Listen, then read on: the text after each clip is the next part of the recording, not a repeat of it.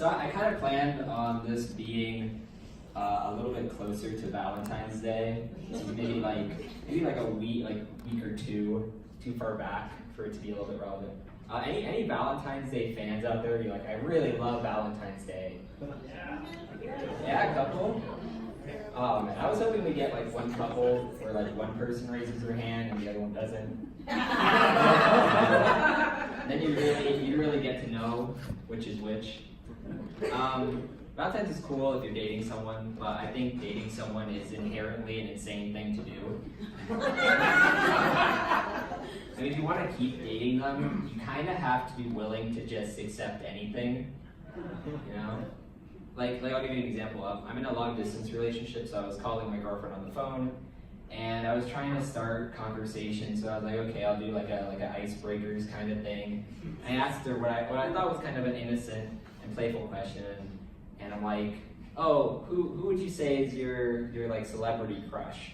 You know, maybe that was a bad question to ask her, but her voice got kind of low, and she's like, I don't know if I want to say. It's a little embarrassing. Now, when a girl says that their celebrity crush is a little embarrassing, I automatically assume it's one of the Jonas Brothers. And when I say I assume it's one of the Jonas Brothers, I assume it's not Kevin Jonas. Like, Kevin Jonas is not part of that equation. Clearly not Kevin Jonas. It might be Joe, it might be Nick. I don't know what the fourth one is. It's not Kevin Jonas. Kevin Jonas is like me. He's got a face that's like polygonal, you know? It's like it conforms to the features of a polygon, like it has no round edges, it's all sides, you know? So I take a guess, I'm like, oh, is it Nick Jonas? She's like, no, it's Woody Harrelson. I tell you folks, you will never be prepared for the day when your girlfriend tells you that her celebrity crush is Woody Harrelson. 55 years old, bald, Woody Harrelson. Not like young Woody Harrelson from Cheers. You know, I'm talking like 3 billboards outside Ebbing, Missouri, Woody Harrelson.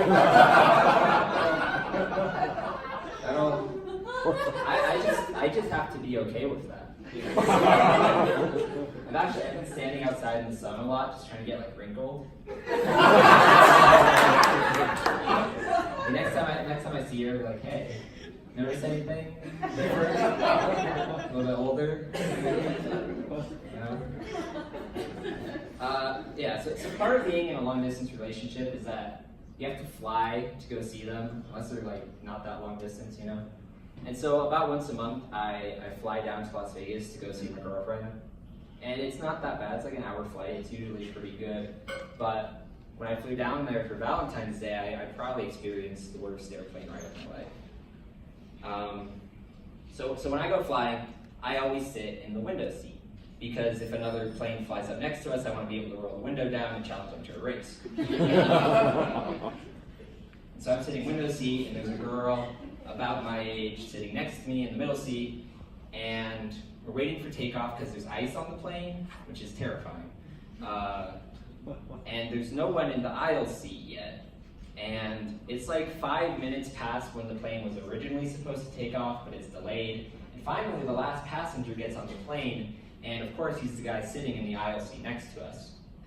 Now, before he gets down to like sit down, he extends his hand out to the girl next to me and is like, hi, I'm Fred, what's your name? And the girl has her headphones in, she didn't hear him, so he kind of like yells. He's like, hi, I'm Fred, what's your name?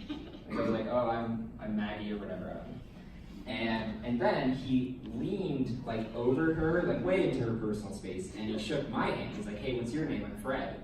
And I was like, oh, I'm Vincent, you know? Now, doing the whole, like, extend your hand, shake their hand, introduce yourself, that's like such an iffy introduction. You know, it's very like case specific. Like if you're at like an office party, sure. But I'd say like on an airplane is like the second worst place to do that. There is one place where it's worse to do that, And if you ever want to try it out, just go to a movie theater by yourself. Go to a matinee showing of like a movie no one, like very few people will be in, so like a 12:30 showing of like Alita Battle Angel or something. Find the one person there, shake their hand, introduce yourself, and then sit next to them. That's about the closest equivalent to the situation I've been put in. Now Fred here, Fred we would come to know is a man who builds power lines.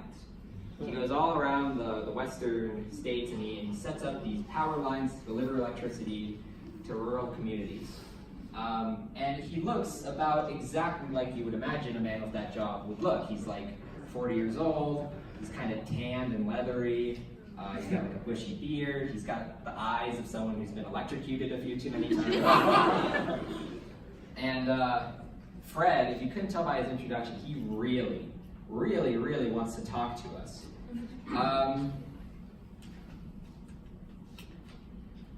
I know, why does he need notes if he's telling a true story? I promise you, it's because I have like a pigeon brain and I can't remember. So the first thing Fred tried to do is he tried to bribe us. He turned to us and he was like, hey, you guys want me to buy you a beer? You know, drinks on me, right? But of course, neither me or the person next to me was 21. And also, the plane doesn't serve beer at 9 a.m. on a 1-hour flight. Fred brought his own beer. I don't know how he got it in. But I mean, good for him, right? And you could tell. So when that didn't work, he tried to relate to us. He kind of grumbled a little bit, and then he turned to us and he's like, "Do you guys like Post Malone?" I'm kind of half listening, so I'm trying to ignore this guy. I don't want to talk to this guy. You know, neither definitely does the girl next to me not want to talk to him. But when we didn't answer, he kind of like really got in our faces. He was like, "You guys like Post Malone?" Such an aggressive question. Like, I don't know if I want to think about my opinion on Post Malone at 9 a.m. on an airplane. You know, I gotta take some time to deliberate that. You know, that's some good songs. That's some bad songs. So I just kind of was like, "Oh, he's all right." He's like, "Oh yeah, I'm trying to get what the kids, you know, like what the kids like. Cause I'm going to see my daughter. You know, she's got a cheer competition this week." I'm like, "Oh, that's cool." And he's like, "So what do the kids like?" And I'm like, "What do I tell this guy?" So I'm like, "They like Owl City." He's like, "Owl City, yeah, that sounds dope. Okay, I'm gonna look at it." Now, Fred never put his phone on airplane mode. It was never on airplane mode for the entire flight. He took a cell phone call at the very highest altitude. And so, in like the 3 minutes and 42 seconds it took him to listen to Firefly, I like scrambled and got my crossword puzzle book out. So like maybe he would not talk to me if I was doing crosswords. But that just enraged him. He was furious. He was sick.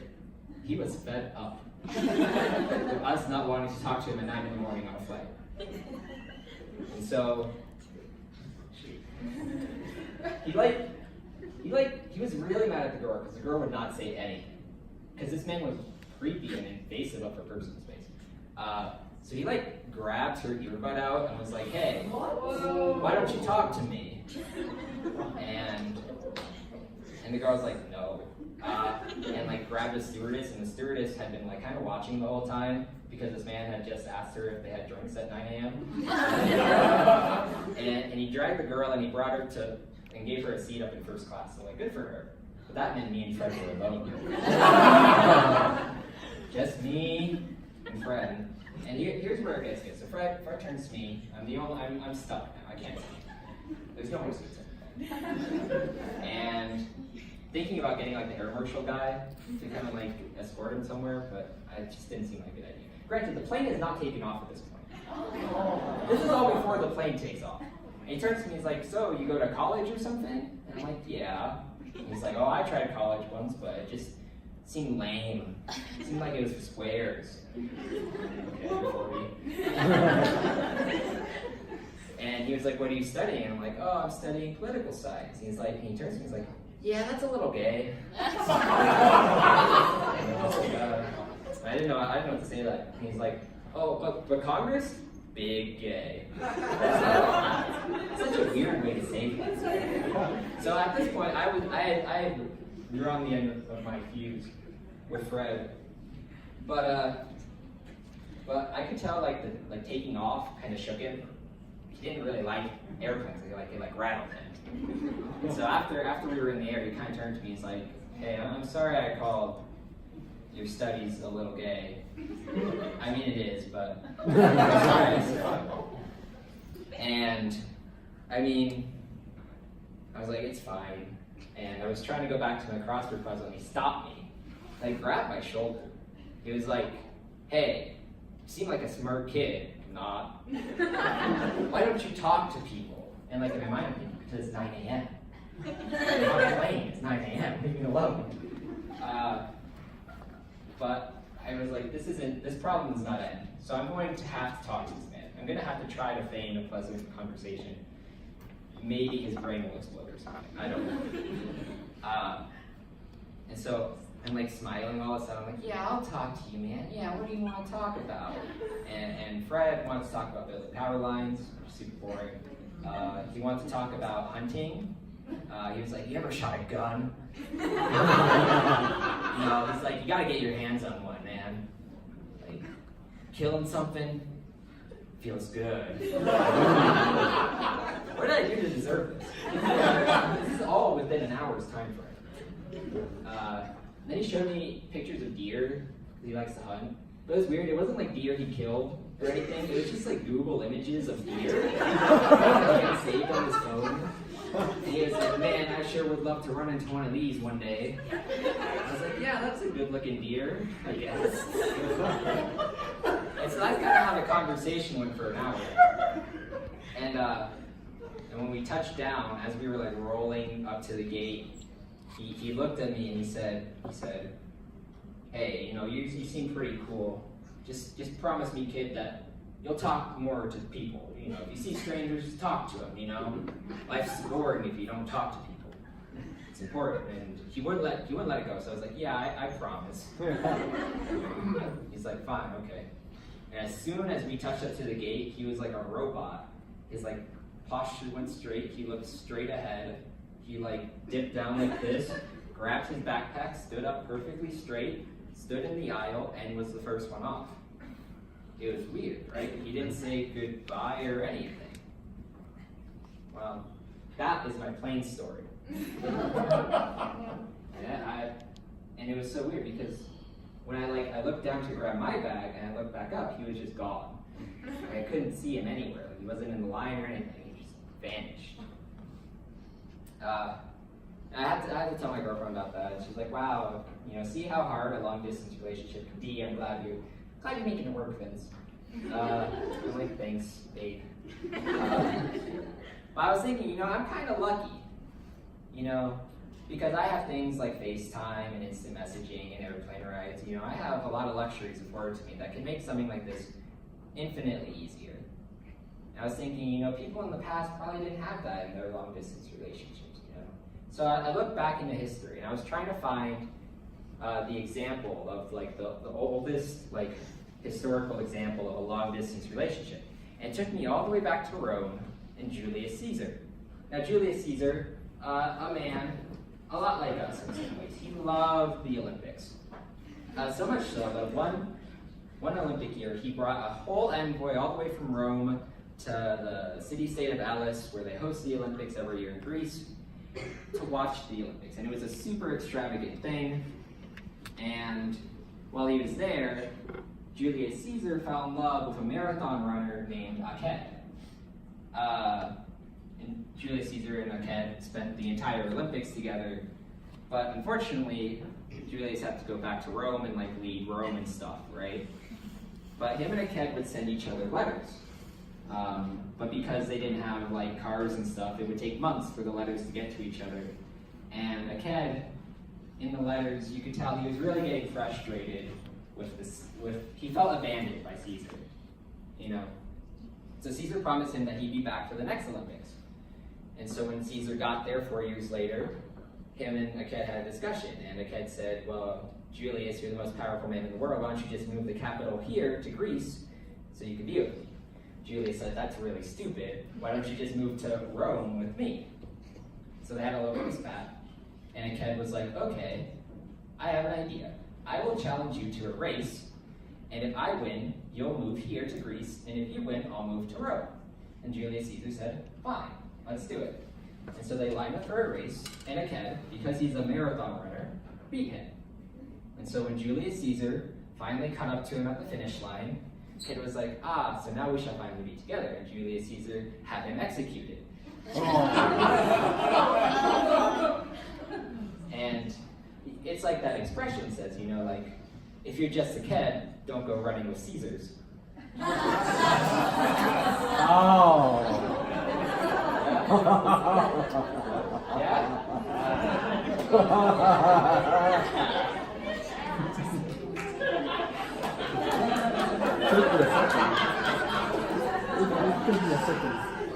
I think it's at this point in the set, as we're wrapping up, that I explain the raincoat.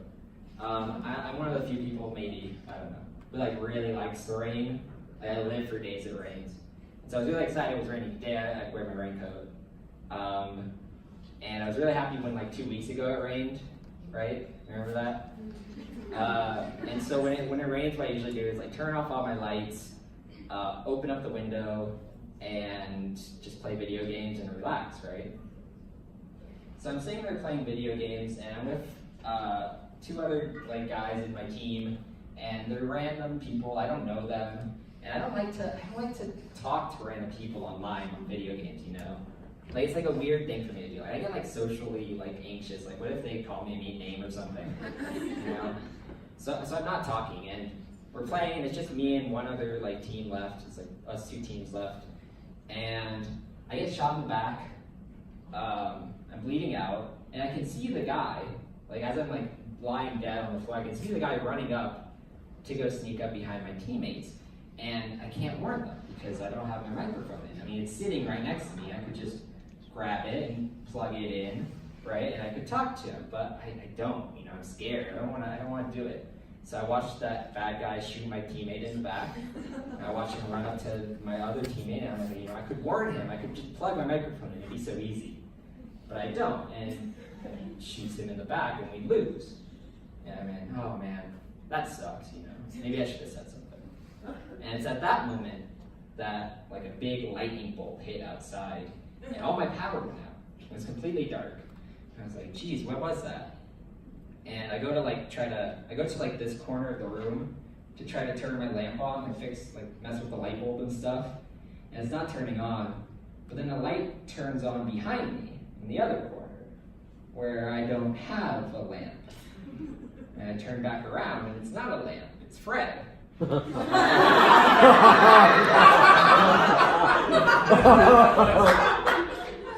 not holding a light, he is the light. He's glowing with this blue energy, and he's wearing a three-piece suit, and his beard is perfectly manicured and really sharp, and he's staring at me with piercing white eyes, blank white eyes staring at me.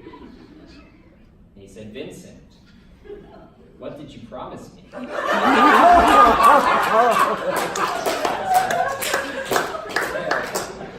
promised I would talk to strangers. And he said, yes, you did. And you failed that promise. You went back on your promise. He kind of just stared at me. And then he lifted his hand like this, pointed right at me. He raised it. I kind of levitated up in the air. I was suspended, My feet weren't even touching the floor. And he said, if you're not going to talk to them, you're not going to talk to anybody. He snapped his fingers and my lips fused together until I was this grotesque abomination of just skin where my mouth used to be. Perfectly flat, and I couldn't scream. And then he said, from now on, you are my vessel. Your mouth is mine, and I will talk in place of you, and you will spread this message to the people. Don't be afraid to talk to strangers. And then he snapped his fingers one more time, and he turned into a bunch of spiders, and man, that thing sucked. Thank you all.